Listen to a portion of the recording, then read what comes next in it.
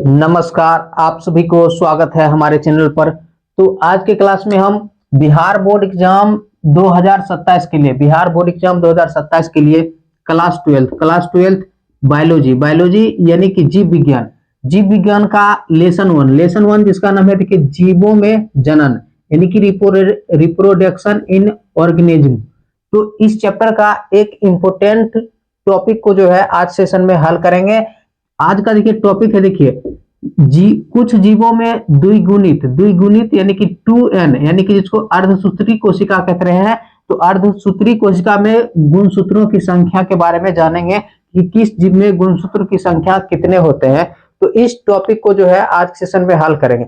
उससे पहले गुणसूत्र के बारे में जो है कुछ महत्वपूर्ण बातों को समझेंगे जो कि एग्जाम में निश्चित रूप से ऑब्जेक्टिव क्वेश्चन के रूप में पूछा जाता है। तो यहाँ से 1-2 नंबर का ऑब्जेक्टिव क्वेश्चन निश्चित रूप से एग्जाम में पूछा जाता है। तो इसलिए इस टॉपिक को क्या करना है कि आप लोगों को अच्छे से पढ़ना है। तो सबसे पहले देखिए गुणसूत्र। तो देखिए गुणसूत्र को देखिए क्रोमोसोम कहते हैं, क्रोमोसोम। ठीक है, गुणसूत्र को इंग्लिश में क्रोमोसोम कहते हैं, इस बात को आप लोग याद रखेगा। तो इंग्लिश नाम को हिंदी में भी पूछा जाता है या पूछ लेता है गुणसूत्र क्या होता है या क्रोमोसोम क्या होता है। तो आप लोग जो है तो गुणसूत्र और क्रोमोसोम के बारे में जो है आज सेशन में समझेंगे। तो देखिए तो याद रखिएगा गुणसूत्र को क्रोमोसोम भी कहते हैं। देखिए खोज, तो देखिए गुणसूत्र की खोज पूछ लेगा, गुणसूत्र की खोज किसने किया। तो आप लोग याद रखिएगा वाल्थर फ्लेमिंग। गुणसूत्र की खोज किसने किया, वाल्थर फ्लेमिंग ने किया। कब किया, 1878 ईस्वी में किया। इस बात को आप लोग याद रखिएगा कि गुणसूत्र का खोज किसने किया था। याद रखिएगा वाल्थर फ्लेमिंग ने किया, 1878 ईस्वी में किया। उसके बाद देखिए नाभिक में धागे जैसी संरचना, गुणसूत्र जो होते हैं वो नाभिक में धागे जैसी संरचना के रूप में होते हैं जिसे क्रोमेटिन नाम से जानते हैं। ठीक है, तो यहाँ से भी ऑब्जेक्टिव क्वेश्चन पूछता है कि गुणसूत्र जो है नाभिक में धागे जैसी संरचना के रूप में उपस्थित होते हैं जिसे किस नाम से जानते हैं, जिसे क्रोमेटिन नाम से जानते हैं। तो इस बात को भी आप लोग याद रखिएगा। देखिए कार्ल नेगेली, तो कार्ल नेगेली के बारे में याद रखिएगा कि कार्ल नेगेली देखिए 1842 में पौधे में गुणसूत्र को देखा। तो याद रखिएगा ऑब्जेक्टिव क्वेश्चन पूछता है कि 1842 में पौधे में गुणसूत्र को किसने देखा। सबसे पहले तो याद रखिएगा कार्ल नेगेली ने देखा। कब देखा, 1842 ईस्वी में देखा। इस बात को आप लोग याद रखिएगा कि 1842 ईस्वी में कार्ल नेगेली ने पौधों में गुणसूत्र को देखा। इस बात को आप लोग याद रखिएगा। उसके बाद देखिए इसका निर्माण पूछ लेगा, गुणसूत्र का निर्माण कहाँ होता है। याद रखिएगा केंद्रक में होता है।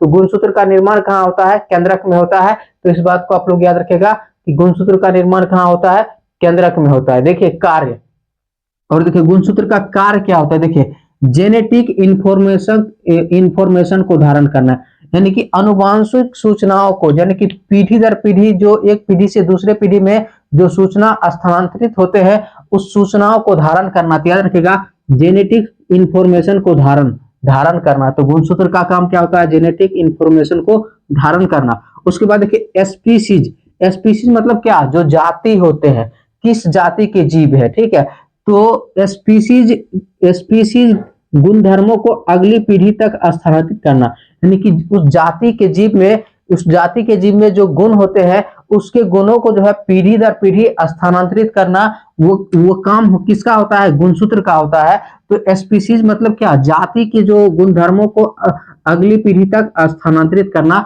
गुणसूत्र का काम होता है। उसके बाद देखिए लिंग निर्धारण करना भी गुणसूत्र का काम होता है, लिंग निर्धारण करना। ठीक है, उसके बाद देखिए अनुवांशिक गुणों का वहन करना, यानी कि अनुवांशिक गुण, जो व्यक्ति में जो अनुवांशिक गुण होते हैं, गुण जो लक्षण होते हैं, जो अच्छे गुण और अच्छे लक्षण होते हैं उसको पीढ़ी दर पीढ़ी स्थानांतरित करना भी गुणसूत्र का क्या होता है, काम होता है। तो गुणसूत्र के कार्य को भी आप लोग याद रखिएगा। देखिए XY क्रोमोसोम की खोज स्टीवेंस ने किया। तो याद रखिएगा पूछता है कि XY क्रोमोसोम की खोज या पूछ लेगा एक्स क्रोमोसोम की खोज किसने किया, तो स्टीवेंस ने किया। वाई क्रोमोसोम की खोज किसने किया, स्टीवेंस ने किया। या पूछ लेगा XY क्रोमोसोम की खोज किसने किया, तो स्टीवेंस ने किया। कब किया, तो देखिए इसका डेट याद रखिएगा 1902 या 1905 रहेगा। ठीक है, तो बुक में यही है, इसीलिए आप लोग को यही याद रखना है ऑप्शन के हिसाब से, 1902 ऑप्शन में रहे या 1905 में रहे,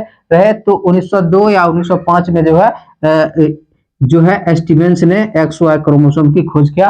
तो बुक के हिसाब से बुक में 1902 मिले तो 2 और 5 मिले तो 5, लेकिन दोनों में से कोई एक ही ऑप्शन में रहेगा, दोनों नहीं रहेगा। ठीक है, इस बात को आप लोग ध्यान रखिएगा। उसके बाद देखिए ऑटोसोम। तो ऑटोसोम क्या होता है, इसके बारे में भी थोड़ा समझ लीजिएगा। देखिए 22 जोड़े, ऑटोसोम में 22 जोड़े गुणसूत्र होते हैं। तो याद रखिएगा ऑटोसोम में कितने जोड़े गुणसूत्र होते हैं, याद रखिएगा 22 जोड़े होते हैं, जो पुरुष एवं महिलाओं में समान होते हैं। यानी कि ऑटोसोम जो गुणसूत्र होते हैं वो 22 जोड़े गुणसूत्र होते हैं, जो पुरुष और महिलाओं में समान होते हैं। देखिए यह लिंग गुणसूत्र नहीं होता, यानी कि ऑटोसोम जो गुणसूत्र होता है लिंग गुणसूत्र होता है नहीं होता है, क्योंकि यह लिंग निर्धारण में भाग नहीं लेता है। तो ऑब्जेक्टिव क्वेश्चन पूछता है कि क्या ऑटोसोम जो है लिंग गुणसूत्र होता है, तो ऑटोसोम लिंग गुणसूत्र नहीं होता है, इस बात को आप लोग याद रखिएगा। उसके बाद देखिए एलोसोम। एलोसोम क्या होता है, देखिए 23 जोड़े गुणसूत्र, यानी कि असमान होते हैं, सभी समान नहीं होते। देखिए ऑटोसोम में समान होते हैं, ठीक है, लेकिन एलोसोम में समान नहीं होते हैं, असमान होते हैं।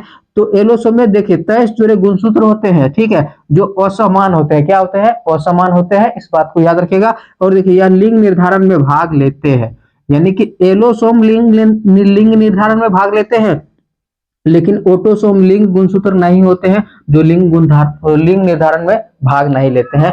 तो इतना बात को आप लोग निश्चित रूप से याद रखिएगा, क्योंकि ऑब्जेक्टिव क्वेश्चन यहाँ से भी पूछा जाता है एग्जाम में, इसलिए आप लोग को याद रखना है। उसके बाद देखिए यहाँ पर के कुछ जीवों में द्विगुणित गुणसूत्रों की संख्या, द्विगुणित गुणसूत्रों की संख्या पूछे, या अर्धसूत्री कोशिका में गुणसूत्र की संख्या पूछे, या पूछ लेगा कि कुछ जीवों में अर्धसूत्री कोशिका में गुणसूत्र की संख्या बताए, तो आप लोग याद रखिएगा अर्धसूत्री कोशिका में है गुणसूत्र की संख्या। अगर देखिए अगर पूछ लिया जाएगा युग्मक में गुणसूत्र की संख्या, युग्मक, अर्धसूत्री कोशिका नहीं रहेगा, कहेगा जीवों के युग्मक में गुणसूत्र की संख्या कितने होते हैं, तो युग्मक में इसका आधा हो जाएगा, ठीक है, आधा हो जाएगा। अगर पूछ लिया जाएगा मनुष्य के युग्मक में गुणसूत्र की संख्या कितने होते हैं, देखिए इसका ये आधा हो जाएगा, 23 हो जाएगा, ठीक है। लेकिन अगर पूछ लिया जाएगा अर्धसूत्री कोशिका में गुणसूत्र की संख्या, तो उसका 2n हो जाता है, 2 गुना हो जाता है, ठीक है। इसलिए पढ़ते हैं कि मनुष्य में गुणसूत्र की संख्या कितने होते हैं, तो 23 जोड़े होते हैं, जो कि 46 होते हैं, ठीक है। इस बात को आप लोग याद रखेगा, क्योंकि अर्धसूत्री कोशिका विभाजन क्रिया होता है, उसमें जब 2n हो जाता है 2 गुना हो जाता है, तो इसीलिए यही पूछा जाता है एग्जाम में, युग्मक में नहीं पूछा जाता है, ठीक है, यही पूछा जाता है। तो आप लोग इसी को आप लोग को याद रखना है कि जो है मनुष्य में गुणसूत्र की संख्या कितने होते हैं, तो याद रखिएगा 46 होते हैं, ठीक है। किस कोशिका में, अगर लिखा हुआ रहेगा देखिए अर्धसूत्री कोशिका में, अगर पूछ लिया जाएगा कि मनुष्य के अर्धसूत्री कोशिका में गुणसूत्र की संख्या कितने होते हैं, 46 होते हैं, इस बात को आप लोग याद रखेगा। देखिए सेब तो सेब में 34 होते हैं, तो सेब में गुणसूत्र की संख्या कितने होते हैं, 34 होते हैं। उसके बाद देखिए आलू में गुणसूत्र की संख्या कितने होते हैं, तो याद रखिएगा 48 होते हैं। उसके बाद देखिए मक्का में गुणसूत्र की संख्या कितने होते हैं, याद रखिएगा 40 होते हैं। उसके बाद देखिए प्याज में गुणसूत्र की संख्या कितने होते हैं, याद रखिएगा 32 होते हैं। उसके बाद देखिए धान में कितने होते हैं, धान में गुणसूत्र की संख्या 24 होते हैं। तितली में कितने होते हैं, तो तितली में गुणसूत्र की संख्या 380 होते हैं। उसके बाद देखिए फल मक्खी में कितने होते हैं, तो फल मक्खी में 8 होते हैं। घरेलू मक्खी में कितने होते हैं, तो घरेलू मक्खी में गुणसूत्र की संख्या 12 होते हैं। उसके बाद देखिए चूहा में कितने होते हैं, चूहा में 42 होते हैं। उसके बाद देखिए बिल्ली में गुणसूत्र की संख्या कितने होते हैं, 38 होते हैं। उसके बाद देखिए कुत्ता में कितने होते हैं, तो कुत्ता में देखिए गुणसूत्र की संख्या 78 होते हैं। देखिए ओफियोग्लोसम में कितने होते हैं, 1260 होते हैं। में गुणसूत्र की संख्या 1260 होते हैं। आप लोग याद रखेगा कि ओफियोग्लोसम में गुणसूत्र की संख्या कितने होते हैं, 1260 होते हैं, ठीक है। उसके बाद देखिए कबूतर में कितने होते हैं, कबूतर में गुणसूत्र की संख्या 80 होते हैं, तो कबूतर में 80 होते हैं। चिंपांजी में कितने होते हैं, 48 होते हैं, तो चिंपांजी में गुणसूत्र की संख्या कितने होते हैं, 48 होते हैं। उसके बाद देखिए सरसों में गुणसूत्र की संख्या कितने होते हैं, 36 होते हैं। उसके बाद देखिए मूंगफली में कितने होते हैं, 40 होते हैं। मूंगफली में गुणसूत्र की संख्या कितने होते हैं, 40 होते हैं। देखिए जठरोफा एक जंगली पौधा होता है, मतलब जिसके बीज से तेल निकालकर कीटाणुनाशक के रूप में उपयोग किया जाता है, तो जिसमें गुणसूत्र की संख्या 22 होते हैं। याद रखिएगा जठरोफा में कितने होते हैं, 22 होते हैं। मच्छर में कितने होते हैं गुणसूत्र, 6 होते हैं। गाय में कितने होते हैं, 60 होते हैं। घोड़ा में कितने होते हैं, 64 होते हैं। तो घोड़ा में गुणसूत्र कितने होते हैं, याद रखिएगा 64 होते हैं। उसके बाद देखिए जिराफ में कितने होते हैं, 30 होते हैं। तो जिराफ में गुणसूत्र की संख्या कितने होते हैं? 30 होते हैं। खरगोश में कितने होते हैं? खरगोश में 44 होते हैं। टिड्डा में कितने होते हैं? टिड्डा में 24 होते हैं। मटर में कितने होते हैं? मटर में 14 होते हैं। देखिए एस्केरिस में कितने होते हैं? 2 होते हैं। तो एस्केरिस में गुणसूत्र की संख्या 2 होते हैं। नींबू में कितने होते हैं? तो याद रखिएगा 48 होते हैं। मेढक में कितने होते हैं? 48 होते हैं। देखिए तंबाकू में 46 गुणसूत्र होते हैं। कपास में 22 गुणसूत्र होते हैं। तो इस बात को आप लोग याद रखेगा। यहाँ से निश्चित रूप से 1-2 नंबर का ऑब्जेक्टिव क्वेश्चन और यहाँ से 2 मार्क्स का भी क्वेश्चन पूछा जाता है। गुणसूत्र का काम क्या होता है? तो गुणसूत्र का कार्य आप लोग को बता दिए हैं।